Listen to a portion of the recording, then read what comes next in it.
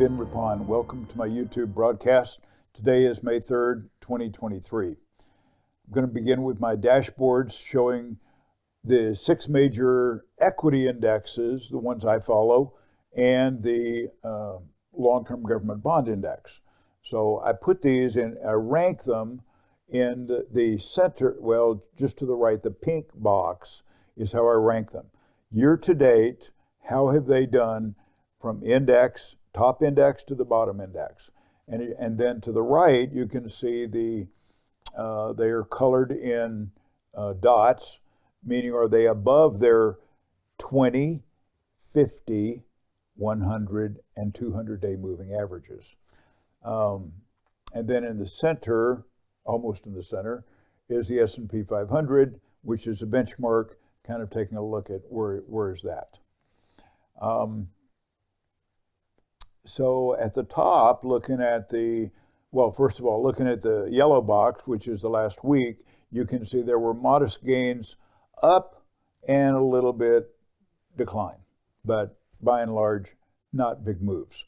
The pink box shows that the NASDAQ 100, tech-heavy NASDAQ 100, up 21% year to date. The developed markets up 12%, and then it drops off. S&P 500 up 8, the long-term government bond up 6, and then on down from there. The small cap Russell 2000 index is on the bottom, and it is below all 4 of its moving averages. So this tells you that large cap, meaning the NASDAQ 100 and the S&P 500, all above all 4 of their moving averages, and the Russell 2000 above none. So interesting.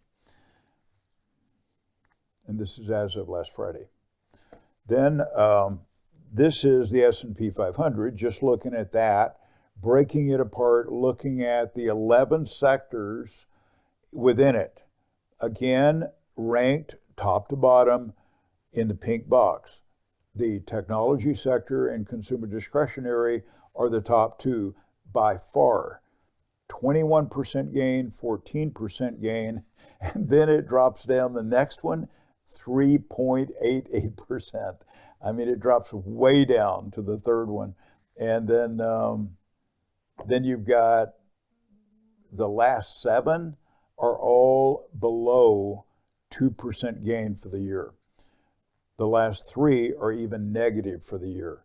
So what this tells you is that the market is being led by technology and consumer discretionary. That's pretty much it. The rest of them, minimal participation or even negative. So, and then on the chart, the dots on the right, again, the same thing. Those are positive. The top 2 are positive, and the others, most of them are mixed. And retail is below all 4 of its moving averages.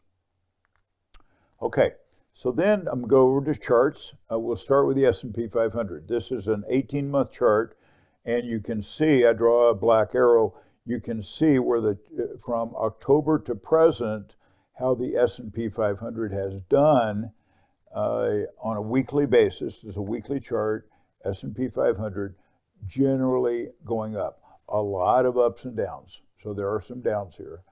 But generally speaking, that's been positive. Prior to that, you can see where it came from. It came from a period of decline. Again, also there, a lot of ups and downs. But that's the way the market is. It moves up and down. But you can see that the general direction for the S&P at this point is in an upward direction. When we take the S&P 500 apart and look at the growth stocks in the S&P 500 and the value stocks, growth focused more on revenue, value focused more on profits, and those are represented by the ETFs SPY-G and SPY-V. We put SPY-G as the numerator and SPY-V as the denominator. When it goes up, this favors growth stocks. When it goes down, it favors value stocks or those ETFs which represent growth and value. I take this back 18 months so you can see for the last 18 months, look at that arrow, the direction. It is completely, I shouldn't say completely, it is mostly favoring value, profitability. Even with the technology that has been growing, mostly growth stocks, has been growing, the direction is still in a downward direction. It has tried to go up in the first 3 months of this year, but it is now falling back down, and it looks like it is still favoring value from an intermediate to longer term perspective. When I compare large cap stocks, S&P 500, the 500 largest companies, with SPY, numerator, divided by IWM, the Russell 2000 small cap ETF, this gives you a ratio showing that when this goes up, it favors large cap. This is a relative strength chart. So relative to each other, look at what's going on. Two arrows, the longer term, which is 18 months, that period of time, the black arrow tells you that large cap is more in favor than small cap. At the end of the chart, this is just for the last couple of months, isn't it interesting? Just for the last couple of months, large cap has surged so far ahead of small cap, or maybe we could say it this way, it has gone up, but small cap has actually gone down or not participated at all.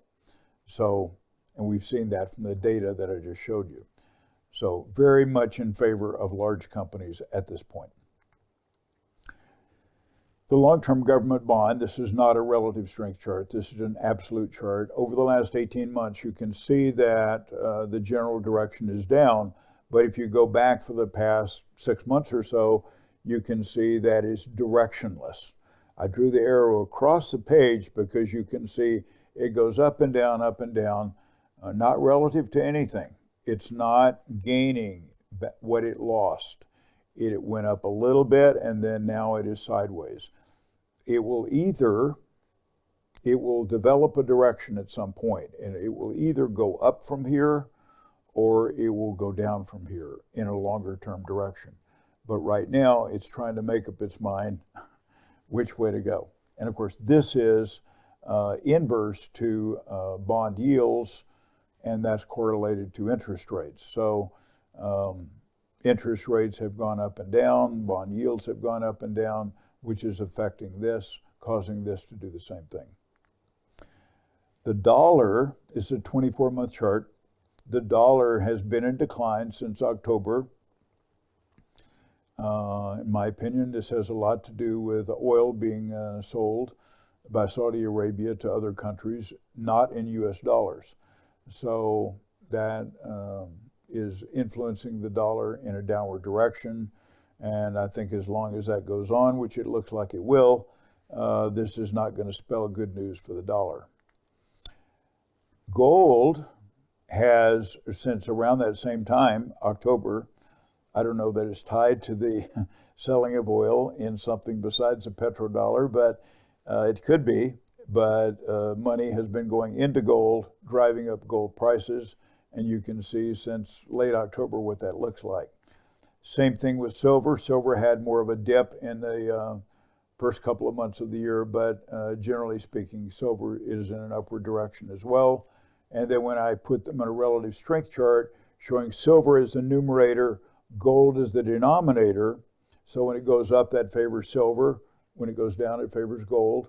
And you can see that has bounced around quite a bit. But generally speaking, it's now tending to favor silver a little bit more. Bitcoin, represented by the ETF BITO. There are two ETFs. This is the one I prefer to use. This is an 18-month chart. You can see the long decline that Bitcoin had, or BITO had, where it went down at least 70%, and I think it might have been as high as 75% to late 2023. And since the beginning of the year, you can see that it is now in an uptrend as well. The volatility index, measuring volatility in the market, particularly in the S&P 500, you can see that it is dropping. So the volatility, market volatility, is going down and is now down to 1578. And you can see where it has been. It's been, even in the past year, it's been up in the low 30s, and more recently 25 to 26, now all the way down to 15. So I put the line there showing at the mark of 24, which is the mark I use for determining, is the market, people willing to take risk in the market or not. And so as volatility drops, people are more willing to enter to buy risk assets. Asbury Research has their indicators. They're mostly technical indicators, and they are all positive. So again, echoing what I've been seeing, it is generally a positive sentiment. You saw the S&P 500 SPY going up, and volatility index coming down. That's also reflected in the fact that all 6 of Asbury's indicators are positive. So we have a lot on the cross-asset relative performance chart that shows that, again, what we've been saying. So this has all been echoed. But stocks are more favorable than bonds. Large cap is more favorable than small cap by quite a bit. The broad market is more favorable than the blue chips, the Dow Industrials. The technology is more favorable than the S&P 500. Growth is more favorable than value, and the U.S. is more favorable than emerging markets. Corporate bonds are more favored than government bonds, and long-term are more favored than short-term. U.S. versus the world. So very interesting. So it has to be strong enough to get a green box. If there is strength, you will see the U.S. or the country or region being favored in the columns of going from left to right, the last week, the last month, the last quarter. The U.S. is in quite a few of these, but not enough so to get a green box. In other words, it's not directionless. It's generally going up, favoring the U.S., but not enough to put it into a green box. So the only 2 that are better than the U.S. consistently for those 3 time periods are Mexico and India. Isn't that interesting? Mexico and India. So the rest are not, or they are only for 2 out of 3. So I thought I would show Mexico, represented by the ETF EWW. It's their equivalent of SPY and versus SPY. So it's a relative strength chart showing Mexico as a numerator, US as a denominator. And so you can see from August, beginning of August last year until present, look at the direction that's favoring the Mexican stock market over the US stock market. Isn't that interesting? Gold and silver. The spot price for gold and silver went up slightly this past week.